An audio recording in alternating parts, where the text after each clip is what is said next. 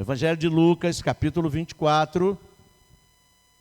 Vamos nos preparar para sentar com Jesus à mesa e trazer à nossa memória o sacrifício de Jesus por nós.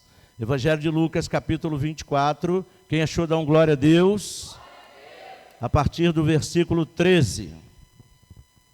Aleluia. Diz assim a palavra de Cristo: naquele mesmo dia, 2 discípulos estavam indo para uma aldeia chamada Emaús, que ficava a uns 10 quilômetros de Jerusalém. E iam conversando a respeito de tudo o que tinha acontecido. Enquanto conversavam e discutiam, o próprio Jesus se aproximou e ia com eles. Porém, os olhos deles estavam como que impedidos de o reconhecer. Então ele lhes perguntou: o que é que vocês estão discutindo pelo caminho? E eles pararam entristecidos. Um deles, porém, chamado Cleopas, respondeu: será que você é o único que esteve em Jerusalém e não sabe o que aconteceu lá nesses últimos dias? Ele lhes perguntou do que se trata, e eles explicaram: aquilo que aconteceu com Jesus, o Nazareno, que era profeta, poderoso em obras e palavras, diante de Deus e diante de todo o povo. E como os principais sacerdotes e as autoridades o entregaram para ser condenado à morte e o crucificaram, nós esperávamos que fosse ele quem havia de redimir Israel. Mas, depois de tudo isto, já estamos no 3º dia desde que essas coisas aconteceram. É verdade também que algumas mulheres do nosso grupo nos surpreenderam, indo de madrugada ao túmulo e não achando o corpo de Jesus, voltaram dizendo que tinham tido uma visão de anjos, os quais afirmam que ele vive. De fato, alguns dos nossos foram ao túmulo e verificaram a exatidão do que as mulheres disseram, mas não o viram. Amém. Só até aí, vamos orar. Senhor meu Deus, em nome de Jesus, queremos te agradecer por tudo que já aconteceu aqui nesta noite, mas neste momento, Pai, queremos te agradecer pela tua palavra que será ministrada aos nossos corações. Senhor, nós nos humilhamos em tua presença e reconhecemos que somos completamente dependentes de ti. Fala, Deus, aos nossos corações, porque nós precisamos te ouvir. É isso que te pedimos e já te agradecemos em nome de Jesus. E que todos digam amém. E que todos digam amém. Amém. Pode se sentar em nome de Jesus. Glória a Deus. Glória a Deus. O título da nossa mensagem é Jesus, o caminho da superação e da vitória.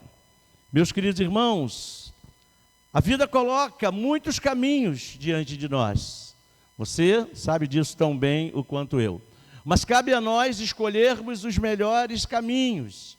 E quais são os melhores caminhos para nós? Os melhores caminhos para nós são aqueles caminhos que o Senhor coloca na nossa frente, que o Senhor coloca diante de nós. São aqueles que sempre nos levarão ao melhor desfecho. Que legal isso. Todos os caminhos que Deus coloca diante de nós são aqueles caminhos que vão nos levar ao melhor desfecho. Por quê? Porque Deus é bom.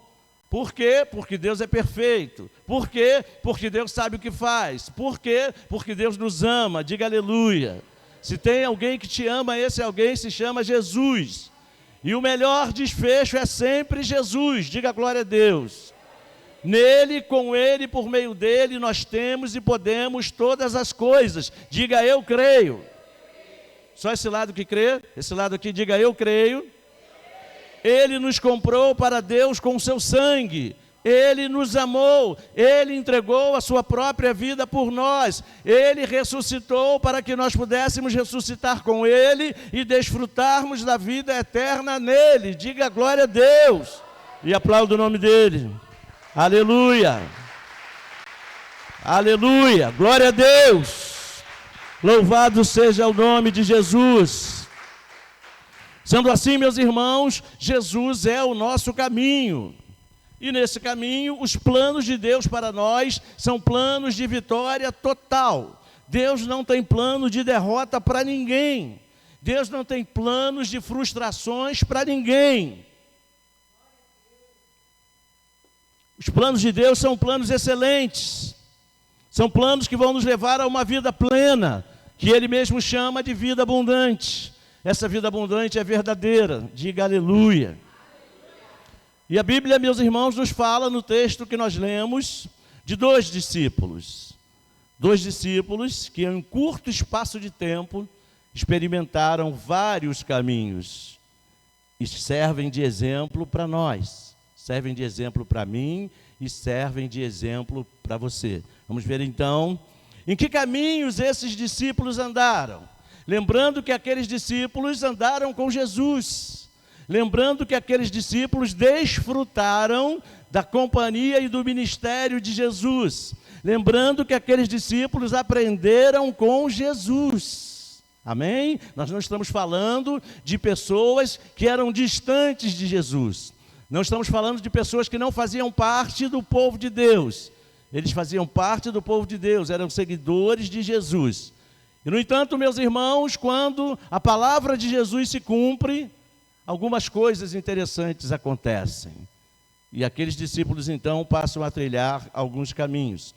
E o primeiro caminho que eles trilham é o caminho da murmuração e da angústia. Caminhos da murmuração e da angústia. Volta comigo lá no texto. No versículo 13, naquele dia, 2 discípulos estavam indo para uma aldeia chamada Emaús, que ficava a uns 10 ou 11 quilômetros de Jerusalém. Iam conversando a respeito de tudo o que tinha acontecido. Tinha acontecido com quem? Com Jesus. Que Jesus havia sido preso, havia sido crucificado e morrido. Era a respeito disso que eles estavam falando. Versículo 15, enquanto conversavam e discutiam, o próprio Jesus se aproximou e ia com eles. Porém, os olhos deles estavam como que impedidos de o reconhecer. Olha que coisa interessante. Então veja que aqueles 2 discípulos estavam voltando para o seu lugar de origem. Estavam voltando para o seu lugar de conforto. Quem sabe para tomar um banho quentinho. Porque Emaús era um lugar de águas quentes. A própria palavra Emaús significa águas quentes. Mas, meus irmãos, em que condições eles estavam voltando? De que maneira eles estavam voltando? Eles estavam voltando completamente decepcionados. Eles estavam voltando desiludidos. Eles estavam voltando transtornados. Além de amargurados e, o que é pior, murmurando. Deus não se agrada de murmuração. Olha aí. Era nessa condição que eles estavam voltando, depois de terem experimentado um tempo maravilhoso com Jesus, depois de terem assistido e, quem sabe até, de alguma forma, participado dos milagres de Jesus, depois de terem ouvido e aprendido muitos ensinamentos de Jesus, agora estavam voltando para casa, murmurando, amargurados, pensando que tudo havia terminado. De repente, meus irmãos, aparece um homem e começa a caminhar junto com eles. Este homem era o próprio Jesus ressuscitado. Mas eles estavam tão abatidos, eles estavam tão abalados, que os seus olhos espirituais estavam fechados, e eles não conseguiram reconhecer a Jesus. Interessante. E muitas vezes nós, sem perceber, estamos trilhando esse caminho. Quantos de nós têm trilhado o caminho da murmuração? Quantos de nós têm trilhado esse caminho de angústia? Porque a murmuração leva à angústia. Era isso exatamente que estava acontecendo com eles. Eles vinham pelo caminho reclamando tanto, murmurando tanto, que o texto que nós lemos diz que eles estavam discutindo. Diz que eles estavam conversando e discutindo, provavelmente discordando em vários pontos acerca do que aconteceu com Jesus. Então vocês percebam que quando a visão está obscurecida, o resultado disso é dor, é tristeza, é desânimo, é amargura. E quantas vezes nós, os crentes de hoje, os discípulos de Jesus hoje, estamos vivendo um momento assim. Estamos tristes, estamos amargurados, como se Jesus não fizesse a mínima diferença na nossa vida, como se tudo que ele havia falado não fosse verdade, como se nada mais fizesse sentido para nós no contexto espiritual. Quantos crentes você conhece assim?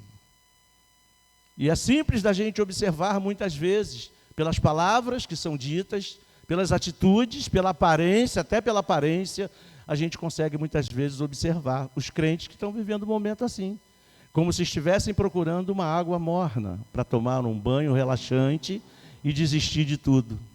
E dizer, eu me decepcionei com Jesus, eu me desiludi com Jesus. Quantos crentes talvez você conheça que estiveram nos caminhos de Jesus e hoje não querem nem ouvir falar de Jesus, porque se decepcionaram com Jesus.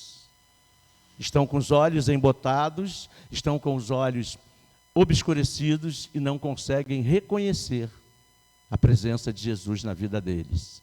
Então nós precisamos, irmãos, ter muito cuidado para que a gente não venha trilhar esse caminho, o caminho da murmuração e o caminho da angústia. Deus não se agrada que a gente ande neste caminho. E o versículo 17 diz, Jesus vendo tudo isso, vendo aquela situação, versículo 17 diz, então ele lhes perguntou, o que é que vocês estão discutindo pelo caminho? E eles pararam entristecidos. Imagine a cena, alguém tocou na ferida, eles já estavam abatidos, já estavam amargurados, e aquele homem, que até então eles não sabiam quem eram, aquele homem do lado deles, aparece, começa a caminhar com eles, e pergunta, por que é que vocês estão assim? Por que é que vocês estão desse jeito? O que é que aconteceu com vocês? E o texto diz que eles pararam entristecidos. Olha que situação difícil a situação daqueles dois discípulos. Olha que situação calamitosa que eles estavam vivendo naquele momento. Pararam entristecidos. Eu acredito que mais amargurados ainda do que já estavam. E aí começa então o segundo caminho que eles trilham naquele momento. O caminho da descrença. Olha o que diz o versículo 18. Jesus faz a pergunta para eles, eles param entristecidos, e aí eles entram no caminho da descrença. Versículo 18 diz, porém, chamado Cleopas, respondeu, será que você é o único que esteve em Jerusalém e não sabe o que aconteceu lá nesses últimos dias? O que eles estavam querendo dizer com isso? Estavam querendo dizer o seguinte, poxa, você esteve em Jerusalém e não sabe que Jesus foi entregue na mão dos malfeitores, foi entregue a Pôncio Pilatos, foi condenado pelos líderes religiosos, foi colocado numa cruz e morreu? Você é o único que esteve lá esse tempo todo e não sabe disso? Olha o resto do texto, o que diz? E ele então continua. Aí Jesus pergunta, do que se trata? Aí eles começam a explicar para Jesus. Aquilo que aconteceu com Jesus, o Nazareno, que era profeta poderoso em obras e palavras, diante de Deus e de todo o povo. E como os principais sacerdotes e as nossas autoridades o entregaram para ser condenado à morte e o crucificaram. Nós esperávamos que fosse ele quem havia de redimir Israel. Mas depois de tudo isso, já estamos no terceiro dia desde que essas coisas aconteceram. É verdade que algumas mulheres do nosso grupo nos surpreenderam, indo de madrugada ao túmulo e não achando o corpo de Jesus. Voltaram dizendo que tinham tido uma visão de anjos, os quais afirmam que ele vive. De fato, alguns dos nossos foram ao túmulo e verificaram a exatidão do que as mulheres disseram, mas não o viram. Olha aí. Então Jesus lhes disse, o homem lhes disse, como vocês são insensatos e demoram para crer em tudo que os profetas disseram. Não é verdade que o Cristo tinha de sofrer e entrar na sua glória? Olha aí. Agora então eles entram nesse caminho. O caminho da descrença. O homem pergunta para eles a razão de estarem murmurando daquela maneira, e eles então fazem um relato completo para aquele homem, daquilo que estava atormentando o coração deles. Veja quanta incredulidade eles levavam no coração. Por isso eles estavam desistindo de tudo. Meus irmãos, a incredulidade tem esse poder de roubar os sonhos, de roubar os planos, de roubar os projetos que Jesus tem para aqueles que o amam. Você entende? Primeira coisa, eles não sabiam direito quem era Jesus. Quando o homem pergunta para eles, o que eles disseram? Ah, é o profeta, Jesus o profeta. Você entende? Quem era Jesus, afinal? O Cristo, o Filho do Deus vivo. Esse era Jesus. E quando eles vão contar para o homem, ele fala a respeito de Jesus, que todos já sabiam que era profeta. Como profeta? Você entende? Eu vou voltar aqui na parte que ele fala sobre Jesus. Olha o que ele diz. Aquilo que aconteceu com Jesus o Nazareno, que era profeta, poderoso em obras e em palavras. Para eles, Jesus era só mais um profeta, alguém que falava bonito, aquele que falava bem e aquele que fazia algumas coisas. Abençoava algumas pessoas com uma coisinha ali, com um milagrezinho aqui. Para eles, Jesus era isso. Não tinham conhecimento da pessoa de Cristo. Você entende? Então, meus queridos irmãos, quando a gente não tem conhecimento de quem é Jesus, a gente coloca Jesus em outro patamar, num patamar bem abaixo daquilo que ele realmente é. Jesus é Deus, Jesus é o Salvador, Jesus é Rei, Jesus é o Senhor, Jesus é aquele que ressuscitou e está vivo e reinando pelos séculos dos séculos. Esse é Jesus, esse é Jesus, esse é Jesus. Glória a Deus, aleluia. Eles estavam com os olhos embotados mais uma vez. Olha o que a incredulidade faz com o crente. O crente tem que acreditar em Jesus. Não há a menor possibilidade de ser cristão e não crer em Cristo. Não é crer pela metade. Eles acreditavam em paz. Jesus era profeta? Também era. Era poderoso em palavras? Também era. Fazia muitas coisas? Também fazia, mas antes de mais nada, Jesus é o Cristo de Deus, o Salvador da humanidade perdida. Esse é Jesus, aquele que veio para salvar o homem perdido, aquele que veio para reinar sobre o povo de Deus. Esse é Jesus. E muitos de nós acreditamos em Jesus a meia boca. Acredito que Jesus me salvou, mas não pode fazer milagres. Não acredito que Jesus é capaz de fazer milagres. Você sabia que tem crente que não acredita que Jesus faz milagres? Eu acredito que aqui não tem esse tipo de crente. Não acredito que tenha, espero que não tenha. Porque se tem alguém aqui que não acredita que Jesus faz milagres, eu vou fazer um apelo para essa pessoa se converter. Você entende? Jesus cura, Jesus salva, Jesus liberta, Jesus restaura, Jesus renova, Jesus batiza com o Espírito Santo, Jesus abençoa com toda sorte de bênção e leva para o céu. Glória a Deus. É só isso que ele faz. É só isso que ele faz. Glória a Deus. Glória a Deus. Quantos e quantos milagres Jesus fez, quantos e quantos milagres Jesus operou, e eles viram tudo isso. Eles assistiram Jesus dizer: olha, eu vou para a cruz, mas ao terceiro dia eu vou ressuscitar e vou estar com vocês. Mas eles, naquele momento, entraram no caminho da incredulidade. Não deixe de acreditar nos planos que Jesus tem para a sua vida. O plano maior, ele cumpriu no Calvário, te salvou. Mas ele tem planos para você aqui nessa terra. Ele tem projetos, ele tem sonhos para você aqui. Você não precisa esperar chegar no céu para ser feliz. A tua felicidade começou no dia que você abriu o coração e recebeu a Cristo como seu Senhor e Salvador. Naquele dia a felicidade entrou dentro de você. Você sabia? Na pessoa de Jesus Cristo. Quando você nasce da água e do Espírito, todo o potencial de alegria, todo o potencial de felicidade, todo o potencial de saúde, paz, prosperidade, entraram dentro de você. Está no pacote da tua salvação. Não abra mão de acreditar nessa verdade. Não abra mão. Ah, pastor, mas o milagre que eu preciso não está acontecendo. Espera. Tem gente aí, de repente até aqui tem alguém nessa condição, que Jesus esperou 50 anos para se converter. Aí quer que Jesus resolva a vida assim, na hora? Pois é. A primeira vez que alguém te falou de Jesus, você aceitou?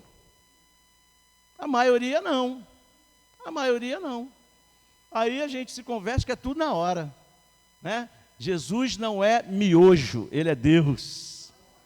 Ele não é instantâneo, Ele é tudo que você possa imaginar. Tudo. Se Ele quiser fazer na hora, Ele faz. Se Ele não quiser, Ele faz na hora que lhe convier. Porque Ele sabe que a hora que Ele fizer é a melhor hora para você. Se eu te der um avião agora, sabe o que vai acontecer? Se você tentar botar esse avião no ar, você vai morrer, porque esse avião vai cair. Você não sabe pilotar um avião. Você entende? Aí Deus te promete um avião. Aí você vai lá na escola de aviação, faz o curso de piloto. Quando você tiver brevetado, você volta e pega o seu avião e vai voar. Você entende? Mas tem um tempo de maturação. Será que você está preparado para receber essa bênção que você quer? Será que você está preparado para receber esse milagre que você está esperando? Tem um tempo de maturação. Eu falei aqui outro dia, chupa uma manga verde, chupa uma tangerina verde, você vai ver coisa horrível. Mas quando está madurinho, não é uma delícia? Tem que madurar primeiro. O único milagre que você não precisou madurar para receber foi a salvação. Foi do jeito que você estava, mas a partir daí, madurando, Jesus abençoando, Jesus cuidando de você, para nas horas certas encher a tua mão de bênção, de glória em glória, de fé em fé, você vai conquistando as bênçãos, você vai recebendo seus milagres, mas não pode murmurar como aqueles discípulos fizeram, você entende?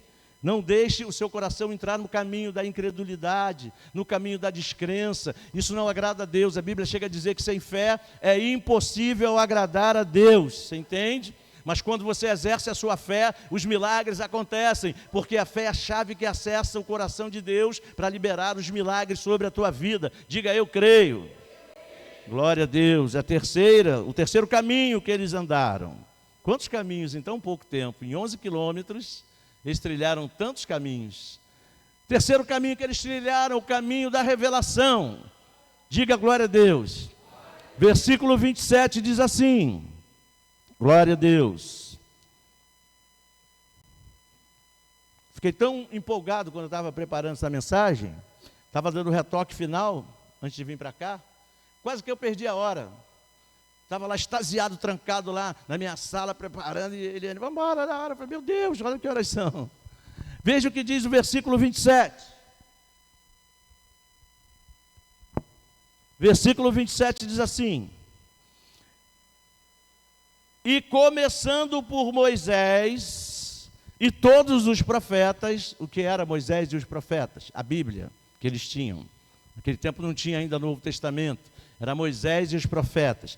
E começando por Moisés e todos os profetas, explicou-lhes o que constava a respeito dele em todas as Escrituras. Glória a Deus! Olha que coisa legal. Explicou-lhe tudo que constava nas Escrituras a respeito dele. Isso é revelação.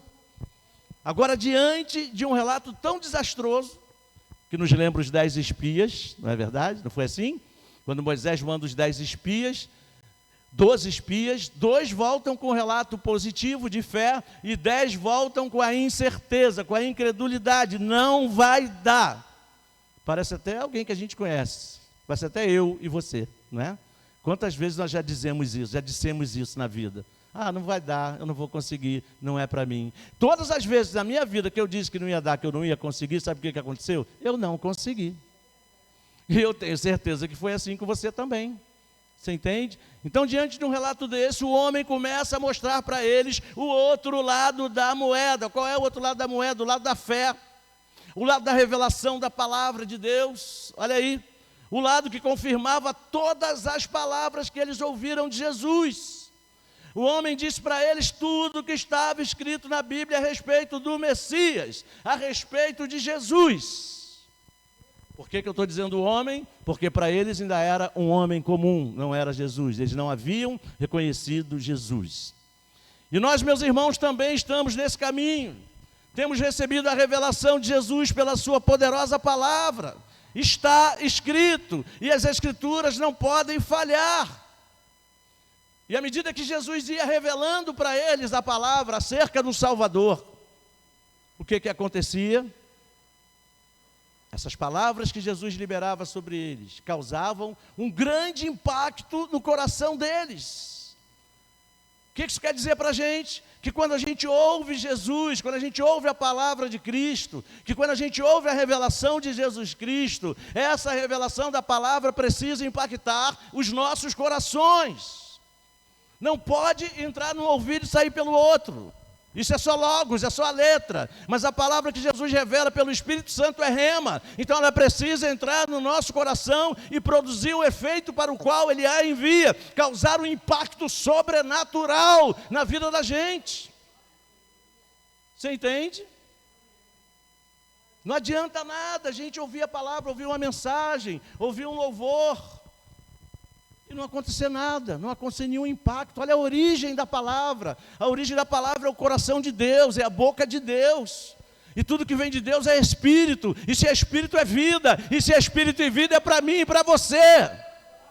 É isso que Jesus passa para nós, quando revela a palavra aos nossos corações. Ele disse: as minhas palavras são espírito e vida. Espírito e vida estão sendo derramados sobre nós agora. Em nome de Jesus. Então receba a palavra de Cristo como revelação para a tua vida. Não fique alheio. Não fique alheio. O que você faz se alguém chegar para você, mesmo que você esteja meio caído ou caída, pegar R$1 milhão assim na mão, você está sem um dia, está igual um coco, sem um tostão no bolso. O que você faz se alguém estender a mão para você com R$1 milhão e dizer assim para você: toma, é teu? O que você faz? Você vai virar as costas e vai embora? Vivendo um período de miséria na sua vida, um período de falta de tudo na sua vida. Você vai virar as costas e vai... Não, você vai voar na mão dessa pessoa, vai voar. Eu voaria na mão dessa pessoa. Sei quem lembra daquele grande apresentador, finado Silvio Santos. Quem quer dinheiro? E jogava aquele monte de dinheiro. As pessoas davam cabeçada, voando para pegar a nota de 50. Você entende? Davam cabeçada e talvez não estivessem precisando tanto assim. Imagina uma pessoa que está precisando, alguém estica a mão, toma para você. A pessoa vai voar, vai agarrar aquele dinheiro. Você entende? Está te dando, é teu, você tem que pegar. Então pega essa bênção aí que Jesus está te abençoando nessa noite. Essa bênção é tua. Ninguém pode ficar com a tua bênção. Ela tem o teu nome. É de Jesus para você. Seja abençoado em nome de Jesus. É estranho. Uma coisa que é liberada para a gente não pega. Sabe o que vai acontecer quando a gente não pega? A gente vai ficar sem. Se o camarada da mão do dinheiro fosse embora, aquele que não quis pegar ia ficar sem. É igual a gente na casa de Deus, ouvindo a palavra de Deus. Se a gente não pegar a bênção e for embora, a gente vai ficar sem. Mas eu vou sair daqui levando a minha em nome de Jesus. Eu espero que você leve a sua também. Glória a Deus. Você entende? Então aquele homem diz para aqueles 2 discípulos tudo o que estava na Bíblia acerca do Messias. Então nós também precisamos ouvir e ouvir a voz do Messias, a voz de Jesus. A fé vem pelo ouvir, e o ouvir pela palavra de Cristo. Não é isso que a Bíblia diz? Bota lá, diretor, o texto que fala. E assim a fé vem pelo ouvir, e ouvir pela palavra de Cristo.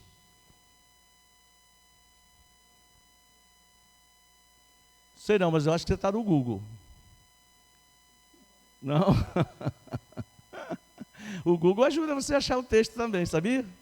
Eu uso muito o Google, quando não lembro eu vou lá e boto atrás tudinho. Glória a Deus. Vai lá, colocou lá? Ih, deu ruim ali, hein? Achou? Amém, bota lá. Não tem pressa não, tá? Até meia-noite é domingo, vai lá, bota lá. Ih, falhou de novo. Não estou pressionando não, tá? Olha lá, gente, olha que maravilha, olha lá. E assim, o quê? A fé vem pelo... E o ouvir pela palavra de... Vamos ler junto agora? E assim a fé vem pelo ouvir, e o ouvir pela palavra de Cristo. Olha aí. Você entende? Ali não diz que a fé vem pelo ter ouvido.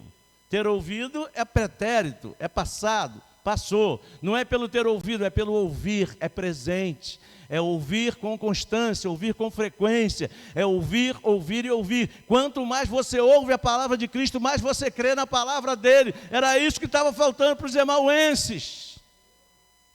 Você entende? Prestar mais atenção no que Jesus falou com eles. Se eles tivessem prestado mais atenção, eles não iam estar nessa condição aqui, ó. Você entende? Precisar que Jesus revelasse tudo de novo. Tudo isso que Jesus falou para eles aqui, Jesus já havia falado lá atrás. Você entende? Mas provavelmente eles não prestaram muita atenção. Então nós não podemos cometer essa gafe. Precisamos estar atentos a tudo que Jesus fala conosco. Porque quem serão os beneficiados? Nós. Tudo é para o nosso benefício, tudo é para nós.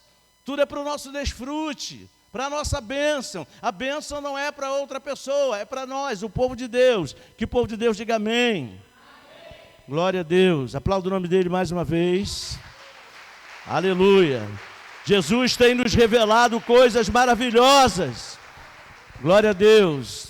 Depois eles entram em outro caminho, o caminho da manifestação de Cristo. Versículo 30 diz assim: e aconteceu que... Não, vamos voltar no 29, diz assim, ó. Mas eles o convenceram a ficar, dizendo, quando eles chegaram em casa, na aldeia de Emaús, na casa deles, vamos voltar no 28. Quando se aproximaram da aldeia para onde iam, ele fez menção de passar adiante, ou seja, o homem ia passar direto. Versículo 29, mas eles o convenceram a ficar, dizendo, fica com a gente, porque é tarde e o dia já está chegando ao fim. E entrou para ficar com eles. O que acontece? Quando eles entram em casa, Jesus entra em casa com eles. Olha o versículo 30. E aconteceu que, quando estavam à mesa, cadê a mesa? Está aqui, olha ali. Quando estavam à mesa, ele pegou o pão e o abençoou. Depois partiu o pão e o deu a eles. Uhul! Glória a Deus. Então agora... eles entram no caminho da manifestação de Cristo. E quando isso acontece, quando eles se sentam à mesa para cear com ele, aleluia, eles sabiam que era Jesus? Não. Então naquele momento Jesus pega o pão, abençoa o pão, depois parte o pão e dá para eles comerem.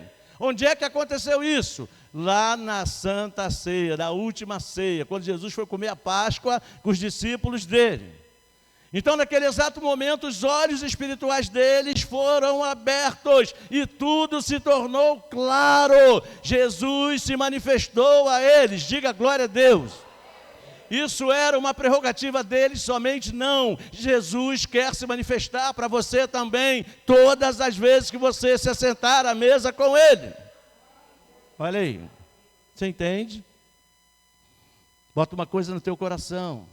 Quando nós sentamos à mesa com Jesus, os nossos olhos espirituais são abertos e Jesus se manifesta para nós. Tudo se torna claro, nós o reconhecemos como Senhor e Salvador de nossas vidas, trazendo à nossa memória o sacrifício que Ele fez na cruz do Calvário por amor a nós. Você entende? Por isso a gente precisa valorizar esse momento. Dia de ceia não é dia de crente fazer outra coisa, a não ser estar na casa de Deus para sentar à mesa com Cristo. Você entende?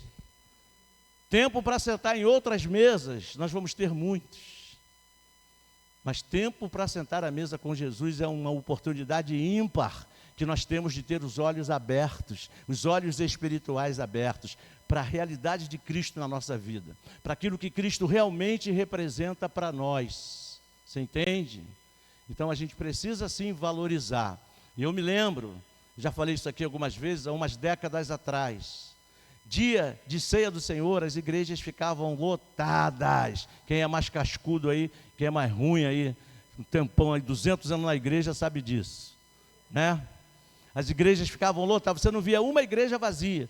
Todo mundo que fazia parte daquela igreja estava lá para se assentar à mesa com Jesus, para juntos em comunhão trazer à memória esse momento, quando Jesus ratifica a nova aliança no sangue dele. Essa é a nova aliança no meu sangue, Jesus falou. Você entende? Também é o cálice da comunhão dos santos, ou seja, a comunhão da igreja. Então a gente precisa valorizar esse momento. Foi lá na mesa, lá na casa dos discípulos de Emaús, que Jesus se manifestou poderosamente para eles. Você entende? E Ele quer se manifestar poderosamente para mim e para você também.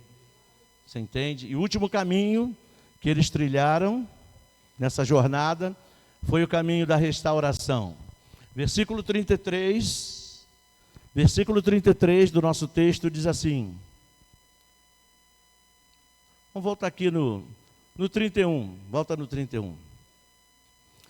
No 31, então os olhos deles se abriram. Quando? Quando Jesus parte o pão, abençoa e dá para eles. Então os olhos deles se abriram e eles reconheceram Jesus. Mas ele desapareceu da presença deles. Aí olha só o comentário. Lembra do primeiro comentário, quando eles estavam indo para Emaús? Poxa, a gente está triste, a gente está angustiado. Jesus, que era um profeta, tinha uma boa palavra, fazia lá uma coisa ou outra, morreu, acabou, estamos tristes, estamos arrasados. Olha o comentário. Olha o comentário agora. Não é verdade que o coração nos ardia no peito, quando ele nos falava pelo caminho, quando nos explicava as Escrituras. Olha aí, gente. Olha aí. Apesar deles não saberem que era Jesus, para eles era um homem comum, falando das Escrituras acerca de Jesus para eles, e o coração deles ardia, o coração deles ardia, o coração deles ardia. O que isso significa dizer? Que quando a gente ouve a palavra falando de Jesus, o nosso coração tem que arder, meus irmãos, o nosso coração tem que queimar com fogo santo do céu. Porque quando o coração está queimando, é porque todo o mal está sendo queimado de dentro de nós. Toda a incredulidade está sendo mandada embora. Todo o mal, toda a doença, toda a praga está sendo mandada embora. Porque Jesus venceu tudo isso na cruz do Calvário por nós. Quantos crentes ouvem a palavra de Deus e não acontece nada? Você entende? Quantos crentes ouvem a palavra de Jesus e continuam inertes? Não permitem que essa palavra gere fé no coração. Não permite que essa palavra gere manifestação do poder de Cristo. Não permite que essa palavra gere poder dentro do seu coração. Então nós precisamos rever algumas coisas quando isso não acontece. Porque a palavra precisa queimar, porque essa palavra é espírito e vida, lembra? Então ela precisa queimar o nosso coração, sim. Nós precisamos viver momentos tremendos quando essa palavra é revelada a nós, quando essa palavra é dita para nós. E o Espírito Santo está aí para ratificar essa palavra. A cada palavra que é liberada sobre nós, o Espírito Santo está aí para ratificar. Você entende? E na concepção deles, quem estava falando era um homem comum. E a gente tem muito esse negócio, né? Dependendo de quem está falando, então, aí é que a gente não acredita mesmo. Mas se a palavra está sendo pregada, a pessoa, seja lá quem for, o crente, abrir a Bíblia dele aqui e ler um texto da Bíblia para você, o seu coração ainda assim tem que queimar. Ah, ele não pulou, ele não saltitou, ele não rodopiou, ele não levitou. Se ele chegar aqui para você e ler um versículo da palavra de Jesus para você, o seu coração tem que queimar. Você entende? Você vai ver algumas pessoas pulando, outras gritando, outras não fazendo nada. O efeito está na palavra, não está em pregador nenhum. Eu não tenho poder nenhum para fazer o teu coração queimar, muito pelo contrário. É bem provável que se eu falar de mim mesmo, teu coração vai gelar. Você entende? Mas Jesus tem poder de aquecer os corações. Jesus tem poder de transformar a mente. Jesus tem poder de curar o corpo, o coração. Jesus tem poder para fazer milagres. Jesus tem poder para fazer tudo na vida de uma pessoa, seja ela crente ou não. Você entende? Pois é. Então, o poder está na palavra. Todas as vezes que a palavra for liberada, alguém estiver falando da Bíblia Sagrada, acerca de Jesus, para você, o seu coração precisa queimar, porque significa dizer que você está recebendo essa revelação, e quando você recebe a revelação, o milagre acontece, a bênção chega. Não deixe entrar por aqui e sair por aqui. Ela não é uma palavra qualquer, ela não é um clássico da literatura universal, ela é Bíblia Sagrada, ela é boca de Deus, é o livro mais atual do universo. Você entende? É uma palavra viva e eficaz, e é muito mais cortante do que qualquer espada de dois gumes. Você entende? Glória a Deus. E a partir daí, então, eles agora estão no caminho da restauração. Agora tudo se fez novo na vida daqueles discípulos. E eles, com a esperança renovada, tomam o caminho de volta para Jerusalém, de onde eles nunca deveriam ter se afastado. Jesus disse para os discípulos dele não se afastarem de Jerusalém. Você entende? Jerusalém levava até Jesus. E Jesus levava para a vitória plena. Jesus, e só Jesus, leva para a eternidade com Deus. Então não se afaste de Jerusalém. Que caminhos você tem trilhado na sua vida espiritual? O caminho de Emaús, que leva para a murmuração, leva para a descrença, leva para a angústia, ou o caminho de Jerusalém, que leva para a restauração, que leva para o renovo, que leva para Jesus, que leva para o céu. Pense nisso. Que Jesus abençoe poderosamente a sua vida, amém? Aplauda o nome dele, fique de pé, glória a Deus.